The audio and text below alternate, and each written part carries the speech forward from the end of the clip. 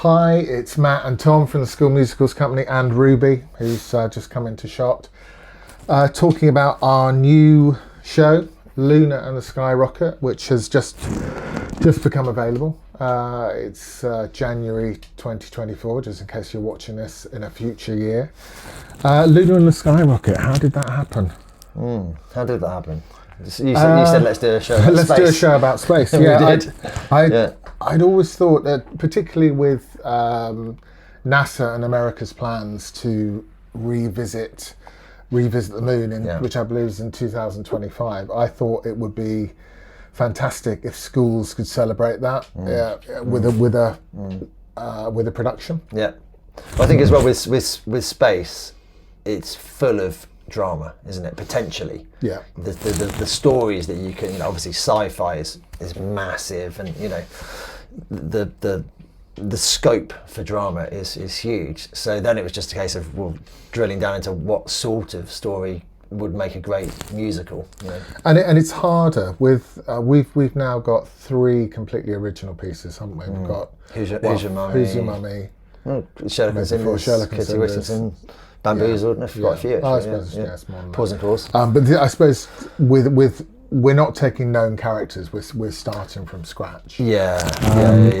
And I think one of the exciting things is having a blank canvas. You've got a blank canvas from a musical point of view, and as well as a script side of things. And from the music, from a production and sound, it sort of allowed us to bring in those big space sounds, but also to add energy and but at all times trying to write really catchy, memorable songs. Yeah, and I hope with the music that we have, it feels to me like we have managed to capture that balance between the action on Earth and the action set up in space musically. I think that throughout the show, with the songs and the incidental music, it feels like we've got that soundscape right.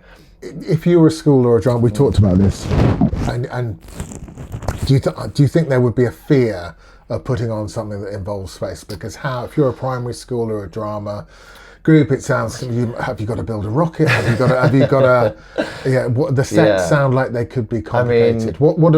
Let's share what we've done to make that easier. Well, I mean, when we were writing this, obviously we thought this could potentially be very challenging if we wrote it in a certain sort of way, but the way we've written it, I think it's made it very, very accessible.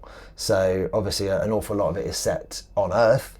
The bits that are set in space, you just need Luna on the inside of the rocket, just with a joystick and a few bits and pieces. You wouldn't actually want to build a rocket, and then because we've created, the background slides that put you right up in space. That's worth saying. So this is the first show where we've added. So as part of the pack that you buy, you get 6 or 7 slides of the moon. Yeah, plus the animation of the rocket. And and our very if you've seen any of our little mini animations for books on social media done by our friend Leo Donlan, he has done an animation of a rocket. Yeah. Or that rocket from the lovely cover, taking off and landing. So those some of the things that might make you think, oh my gosh, I don't want to take on a musical about space. We have done those things to make it easier to stage. I wouldn't be, as someone who's staged a lot of shows, I wouldn't be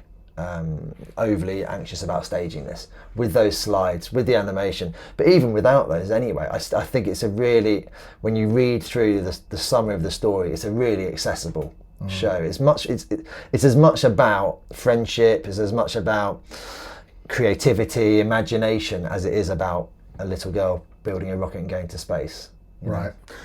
Let's remind everybody what you get if you buy Luna and the Skyrocket. What's in the pack? Yep. So obviously within the book itself, there's the full script. There's all the sheet music for the songs and the incidental music. There's the character list and their line tallies. There's which characters appear in each scene, which is helpful from a rehearsal perspective.